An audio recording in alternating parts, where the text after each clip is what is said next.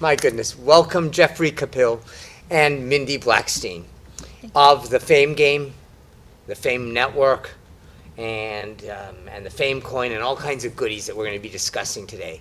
Welcome to what I'm calling the Angel's Den component of the Divine Dude Show. Awesome. And you've heard of other shows that have den in them, like and venture capitalists and investors.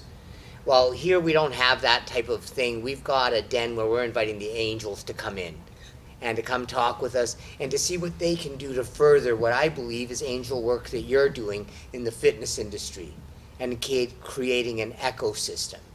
So would you please, for our audience and for me, because, I got to learn too. I'm a middle ager. I prefer to think of it as an eternal ager. And I had the experience where I was a caregiver for a decade, where my late wife was, quite ill and passed 4 years ago. And I find myself now having to reinvent my life and find my physicality, my emotional connection or competition with myself, mental acuity, and sort of this spiritual reason. Why are we doing this? Why are we here? Why are we meeting? And even though we met years ago, I've seen the evolution of your program, and I'd like to start with where you are now, what the inspiration was, and then we'll come to where you're going. That sounds good. You started talking a moment ago about reinventing yourself. Yes. And that's, something that is always happening for individuals. In order to change, in order to grow, in order to transform, you've got to do that reinventing. And if we're looking at where we're at... So rather annually, rather than just life events. It's an ongoing process, yes. For continued growth. Yes. And if we look and you're asking where we're at now, we're at that same kind of stage. We were at a certain place. We had a revelation or an aha moment yes, that led to us saying, okay, we need to make a change on something, and took the time to be able to do that to get us to the stage where we're at now. Yes. And the stage that we're at now, we had an interesting conversation with our strategy team the other day. Yes. And during that conversation, the realization came to us, or what was presented to us, is we need to switch our mindset from we're getting ready to launch to we're now in that mode. We are now in motion, as opposed to we're getting ourselves ready to start. So I don't know if that answers what you're looking for. It does. So what is the offering that is there now to launch and start with? Well, I'll go backwards a little bit. Oh yeah, maybe the inspiration and a bit of history. Right. So Mindy and I started in the fitness industry almost 2 decades ago, a little bit more than 2 decades ago. You don't look old enough, but you're hearing it from a blind man. But really, you've got such a young energy. Really. But that's okay. Does that mean you're younger than you look? That depends on what measurement you're using. Are you certain your energy's vital? And I feel that. So you're doing something that says you're very fit. Thank you. Well, when we first entered into this space, we were looking to solve a problem that we saw that was rampant in the marketplace, which was drug use. At that time, this is now going back into the mid-90s, late 90s, and in the gyms, if people wanted to get fit, they were turning to drugs. Not to say that doesn't happen now, but it was very, very rampant at that time. And if you were someone who wanted to participate in the physique world of competitions, what was available to you at that time was bodybuilding and fitness. Those were really the two components. Fitness being something that was geared towards females, that was a combination of dance and gymnastics and the routines on stage, and another round where it was an assessment of the physique, the symmetry of the body overall. Yes. And that was done in a swimsuit. Or there was bodybuilding, which was good for guys and girls in any age. We had people as young as, in their early teens. Minnie, what was like the oldest person that we had who stepped on stage? I think they were in their 80s. Yeah, like in their 80s. And so we provided that opportunity. And that time, it was very, very focused on the physique. It was giving people that ability to transform, to set a goal and say, I'm going to step on that stage in 6 months, 9 months, 2 years, whatever it is, and I'm going to transform my physique. And at that time, that's where our focus is. That's what we knew, and it was changing the landscape in the marketplace. Where we are today. Why did you call it it was called then what, the Fame Network? No, at that time it was called the World Natural Sports Organization. Yes, all right. WNSO for short. And that was the sanctioning body, and it started organizing events. The first event happened here in Toronto at the Hard House Theatre at U of T. That was the first ever natural fitness event in Canada. Attracted people from all across the country, attracted media and athletes and trainers and people who just wanted to see what it was all about. And Hard House is such a noble old facility. Yeah, it was a great location for that. Would have been an absolute gem. Yeah, it was. And that show kind of spearheaded an entire movement, because the interest that picked up from that turned into a series of events across Canada. Then the interest started to go into the United States and around the world, and then television networks were interested in getting involved. It turned into magazine publications, television shows, expos, seminars, workshops, all that with a focus on the body, the focus on transforming and saying, you know what, I can visualize what I can be. I'm going to use the stage as my goal, and I'm going to get there. Was your largest audience at that time basically the college university audience and the campus audience? No. You'd think that. But the people who step on stage, they didn't get born like that. You know, You had to work at it. they had to work at it. And Mindy was very, very strong at this. When we would be out in wherever we were, if there was someone that looked like, you know what, maybe they needed a little push, or they could transform, or you could see them, Minnie would go talk to them and, you know, say, you should compete, or you should do something. Sweet. And so the people who took part are just regular everyday people, from university students, yes, from doctors and lawyers and accountants and school teachers, and, you know, every background. Bookworms? Bookworms, it's, you know, kind of all over the place. It was more that if people saw that there was an opportunity for them to transform, In the physical. and there was a pathway in the physical, Yes. well, we provided the pathways and the platforms for people to get there. What was significant about it was that it was natural. So it was the first time that regular, everyday people had a goal that they could aim towards, that what they were incentivized with, good prizes and stuff like that. They can be on a platform that they didn't have before, because before it was only like, pretty much, if you want to get up on stage, you should consider which performance-enhancing drugs you want to use. Otherwise, don't expect to win. So this provided that platform for anyone, like Jeff was saying, to get up on stage and transform, from the university student to the grandfather. Yeah, so really not just everyone, but not just anyone, but everyone that wanted to develop physically, and this was a natural way for them to do that in an honoring, healthy way. Right. We would say it's open to anyone from any age, experience level, background, any affiliation. You know, everyone was welcome. We were constantly evolving. So I guess the network that existed for years and years, this is how a bodybuilding or fitness show runs. And that's it. And we came in and said, we always looked at, well, what does the audience want? What does the market want? And that's where we started expanding different divisions, more age categories, more different opportunities. And over the years, we introduced categories that are still among the most popular today. Fitness model search, that was something that didn't exist. Muscle model, figure, bikini model, all the different components. We even had a very, very big division that was focused on the obstacle course events that now you've seen have turned into major, major things. So it was more providing that opportunity. If someone said, I want to be able to compete and step on the stage, and they didn't conform to what we had existing, we created something to open up another category in another market. We had a physically challenged division. We had for both standing and for wheelchair athletes. And that was so inspiring. My gosh, yes. So it was really great. And what we saw is that problem that we were aiming to solve was getting solved. Now there was a place for people to go and say, I could step on the stage, I can compete, I can train, I could follow what that guy's doing without using drugs. So we had changed that. And what we saw over about a decade of running the events is we created now a reason for a new industry to emerge. Yes. Because it's such a niche market and culture, all of a sudden more new magazines started coming out, new products, new services to help people on their pathway to transform.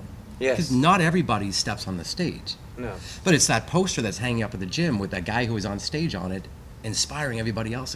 I Yes. gotta look like that. So that was the focus for I guess our first decade was, let's show people that there's an opportunity that they can have to transform. Yes. They could step on the stage, they could have that feel and that experience, they can inspire others. We could use those messages to inspire others.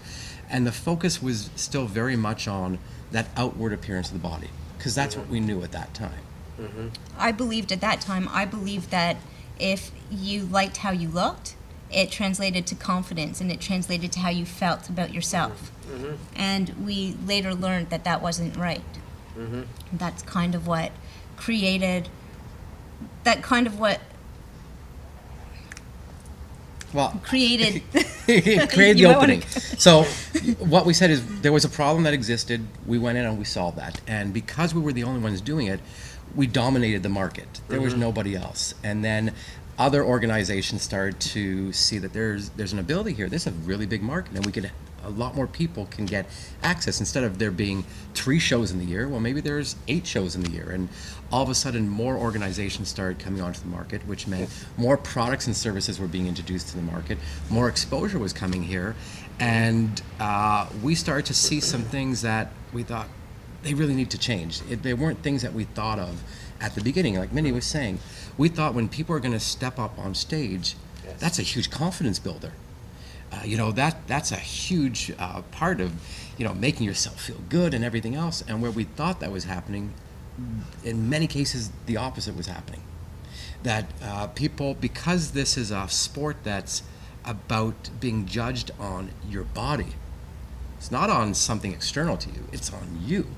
Well, oftentimes people would value their self-worth based on what they may have heard at the judges' table, based on what their friends or their trainer or the media or somebody may have said to them.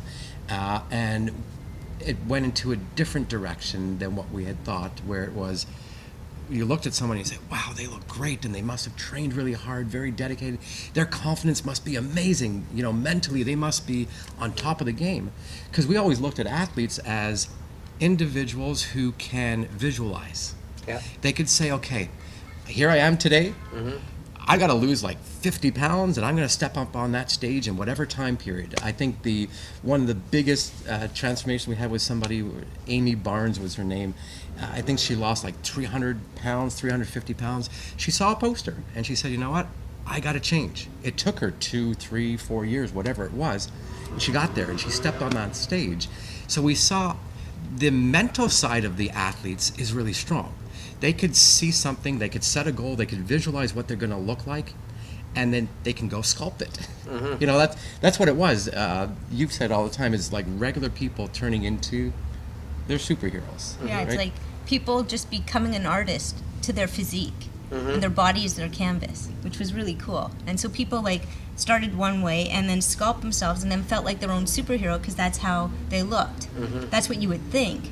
But it wasn't that case because they also became more critical because it was about their body. So now they're like, oh, I'm holding a little bit of water weight, or I don't look good. And it was more of a mind challenge rather than it just looking good just translated into feeling good about yourself. That's the stories from the people that we heard of or knew. What happened is we started hearing stories from people who did the whole transformation, never actually got up on stage because the day before, the week before, the hour before, someone said something to them that made them think, oh, I don't look good. I don't deserve it. I'm not going to do that. And it's the emotional aspects that stayed with some of those people after that event because they never went through it. Or those who went through it and thought, oh my God, I'm a first place winner because that's all that was in their mind. Yes. And they didn't place first because there was like 800 people at the event and they didn't get there. And some took that information and said, okay, I'm going to do better, or I know what to do, or this was a great experience. Others took it in a different direction because, again, like Minnie was saying, that's their body. Someone just told me my body wasn't good enough, and that had emotional plays with people. So being able to have hundreds of people, compete, show up, have their 1,000 seconds of fame, and so this was really a portal for a common man, woman, to transform themselves and discover themselves and develop themselves. Now, with you going online with this, is it a health echo portal? Then it becomes really our entire humanity, and we can start off with let's see if we can help 1 billion people. Maybe we have to be more humble. How about 100 million people? What was your slogan? To be body proud? Yeah, we said 100 million body proud moments. Yes. And when we're taking that and we're jumping ahead quite a Yes. bit, and where we're at now, Yeah. and maybe we'll come back to the other parts, Yes, but yes. is that when we started, it was about the physical body. Yes. And where we've had the realization, where we've expanded now to, is it's body, mind, heart, spirit. Yes. The mental health side is just as important as the physical health side. In fact, you can't have one without the other. Truly. And for someone to truly transform, it's body, mind, heart, spirit. It can't just be one without the other, because it may be very, very short-lived.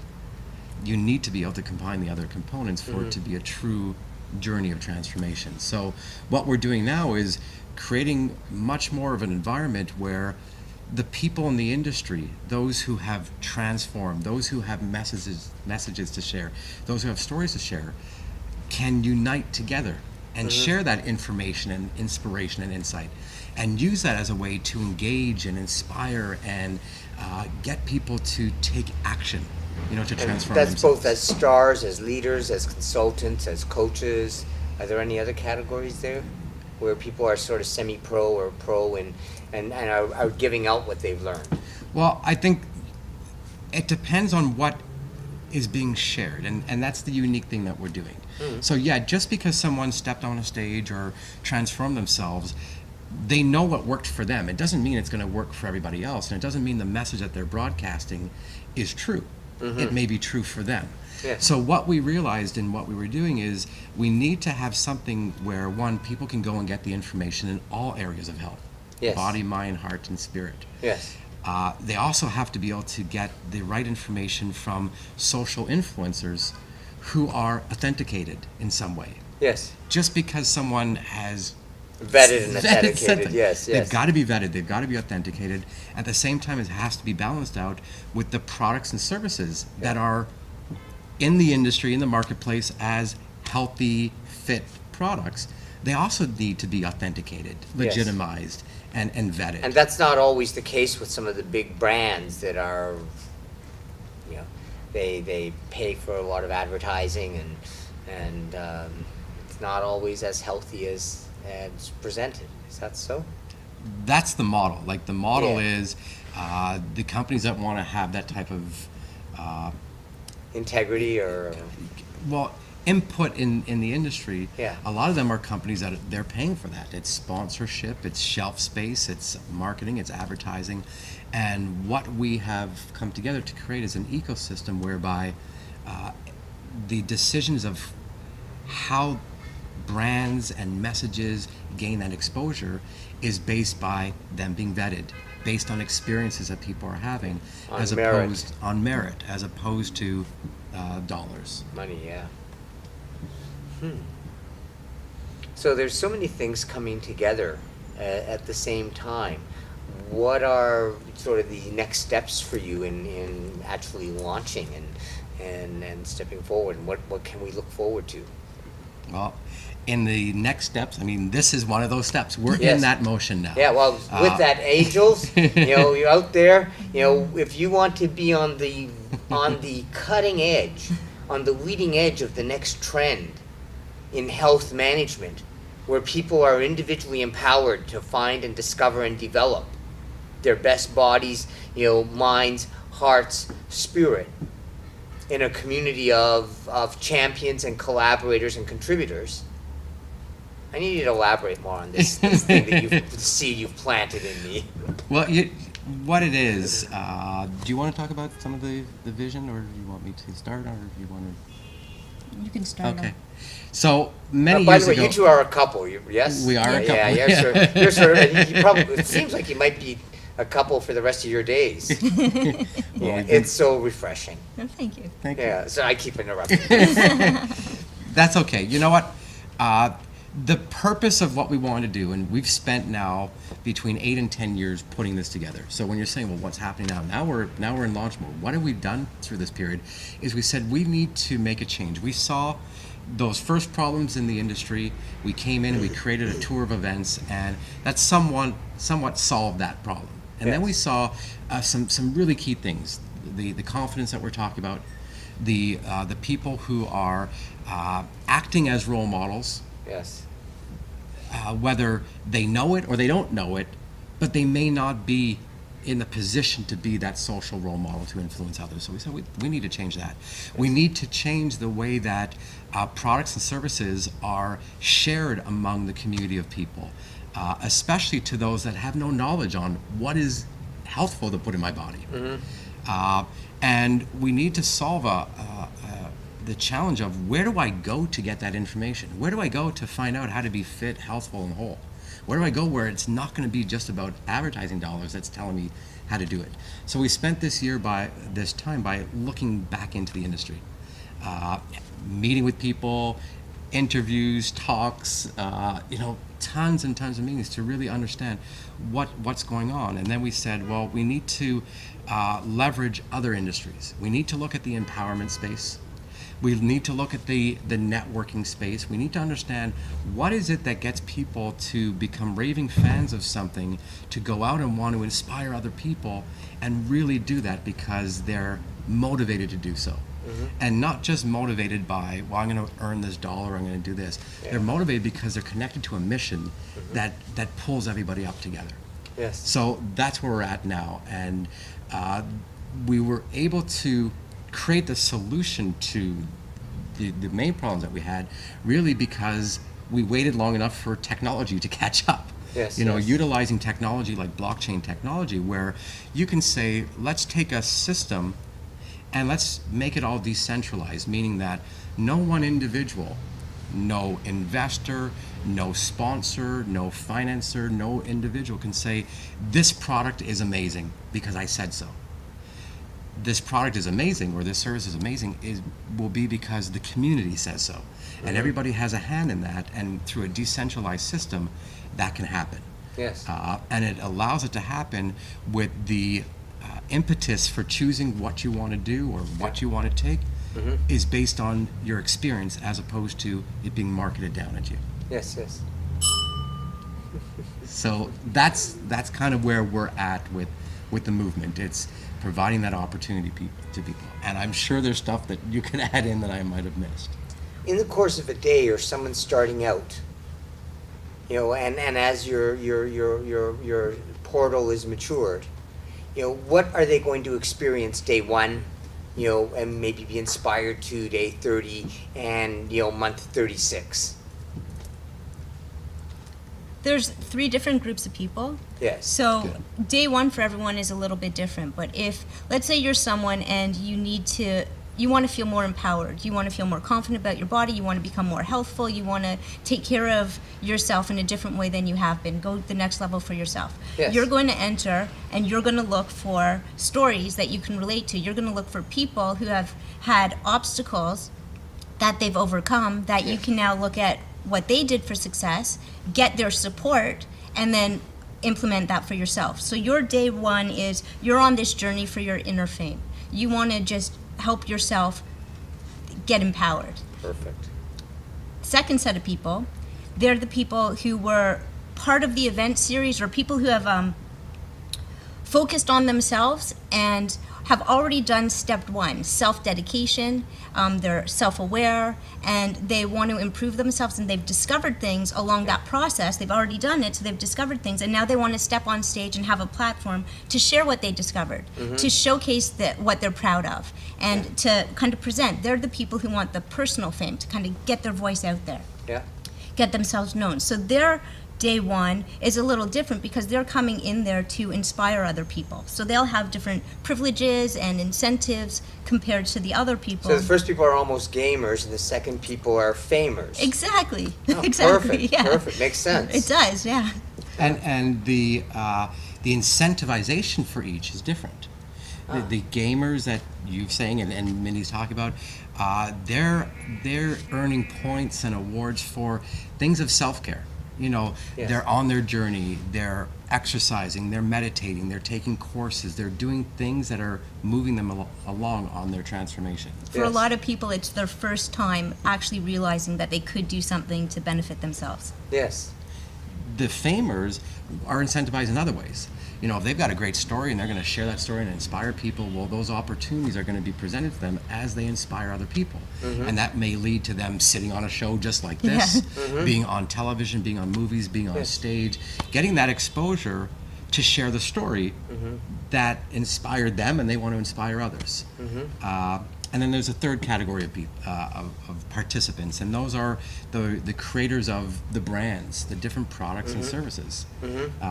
Then the same thing. They're incentivized by the different exposure that their brand or their product or their creation can get. Again, based on the inspiration, the experiences that people have with it. Yeah. To merit the real results. So it's like real honest sponsors. It's bringing authenticity, integrity, accountability, and transparency. Transparency being the most important. All right. So day one for them, because they're looking for their professional fame, for something that they created or produced, they're looking to get that known. So day one for them might be different. Day one for them might be they're going to throw a challenge, and they're going to put on a challenge for gamers and famers to participate. For Yes. gamers, they want gamers to see an improvement in their own life, and so that as a brand, they can get the testimonials. Yes. For famers, they're actually looking for someone to be an ambassador who's authenticated and who actually likes their product and does well with it to well Yeah. represent their brand.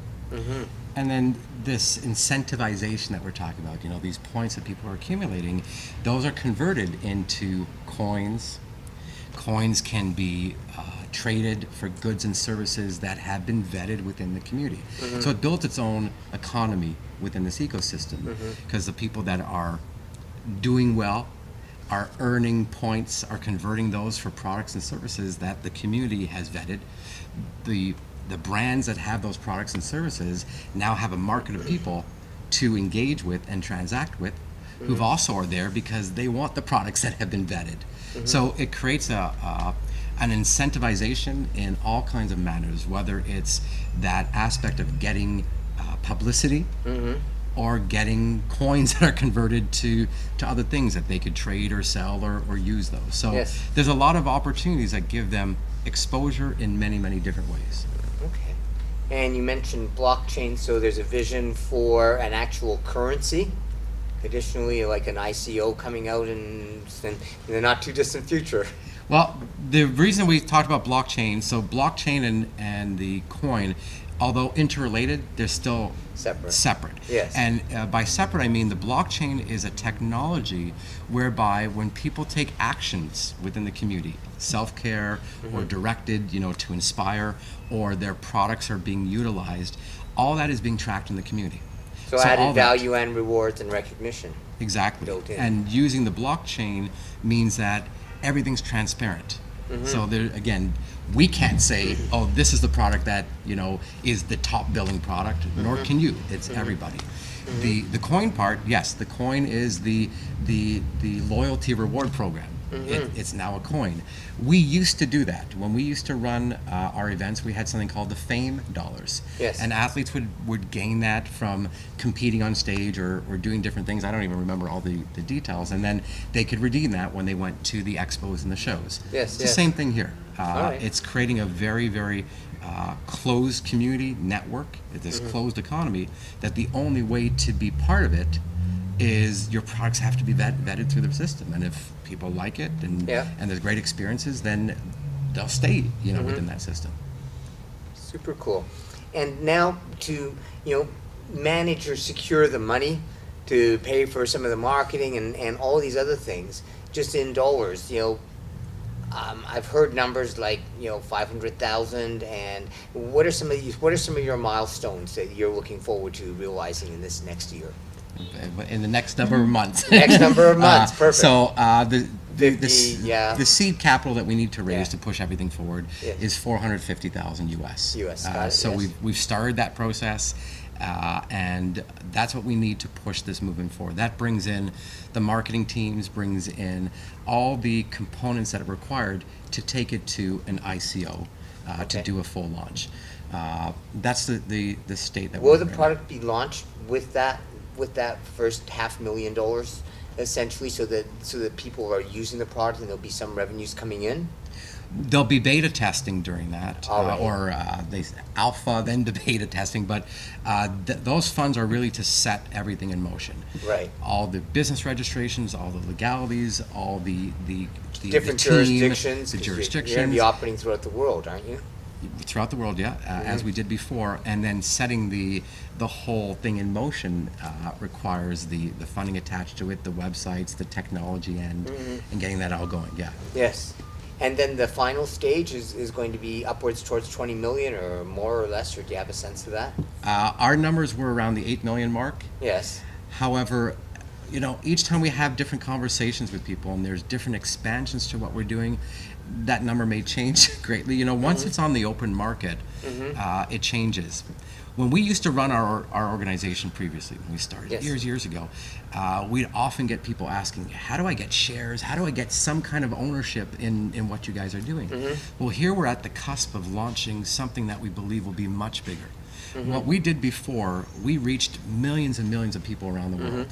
Hundreds of shows, tens of thousands of athletes. We believe this is going to be much bigger. And then there's an ability for people to get part of it. And we've opened up that ability in a number of ways. One, yes, there's going to be the ICO, and that's where everyone can get involved and they can get coin and they can interact with the coin. We've opened up a percentage of ownership of shares in the company for people that want to get involved as So it's almost like investors. founders shares at that level, early It's stage. founders. Yeah. Well, we broke it down in two spots. We Yes. said, okay, here's founders. Yes. And then we said we're going to open up 10% of the shares of the company to those who were part of this industry in helping shape this industry that we're in. Okay. So those who were professional athletes, who were key influencers, social role models, etc., who want to be part of it, they have an ability to do so, Yes. where now their voice is also heard in what we're doing. So we're taking all of their experiences too and bringing this in as part of the overall company. Because I'll just add in, what's interesting about that is while we were going through our discovery process of fine-tuning what wasn't working well and what voids needed to be filled, they were doing the same thing, but from their perspective. So what they've learned over this last decade, to bring what they've learned over the last decade to the table and to share it with the rest of the community, that's like hugely impactful, because these are people who have studied their body, their client's body, like all these things to actually have something to bring out and put forward in this new platform. Yes. And we want that for everybody. In the fitness industry, it's so strange. So I'll just use our magazine that we had for an example. Yes. So let's say a magazine that has 200 pages in it. Yes. You would have one advertiser pick up anywhere from 30 to 40 pages of advertising, because they're the people that they're marketing to, it's such a tight niche community that they go so hardcore. So if you had that budget to spend $50, $60, $100,000 a month, that's great, and you could do it in multiple magazines. But if you've got an amazing product, you just don't have that kind of marketing budget. You're drowned out before you could even get started. So we wanted to ensure that there's an equal playing field, not just for athletes stepping on stage that they know that they're not competing against somebody who's using drugs, but that any product or service or message or philosophy that's out there has the same opportunity as any other. It's not regulated by how much dollars you have out of your pocket to commit to make something good. Very good. So it's a real health, which is the real wealth. Fantastic. All right. Well, I think that I want to thank you again, Mindy and Jeff, for coming on board this segment of Angels Den. Again, Angels, call in, to that channel, or email hilton@thatchannel.com, or, and the emails for yourselves. You know what? The best email is bodyproud@gmail.com. Perfect. So inquiries there, and let's start acting together and collaborating and championing and creating as angels. Thank you so very, very much. Thank you. Thank you. Namaste. Namaste. Great. Thank you. Beautiful. Thank you. Wish you the greatest. And I'm so excited to be a part of it. Watch this physical transformation happen over the months and the years. So I'm in. Awesome. Thank you. God bless.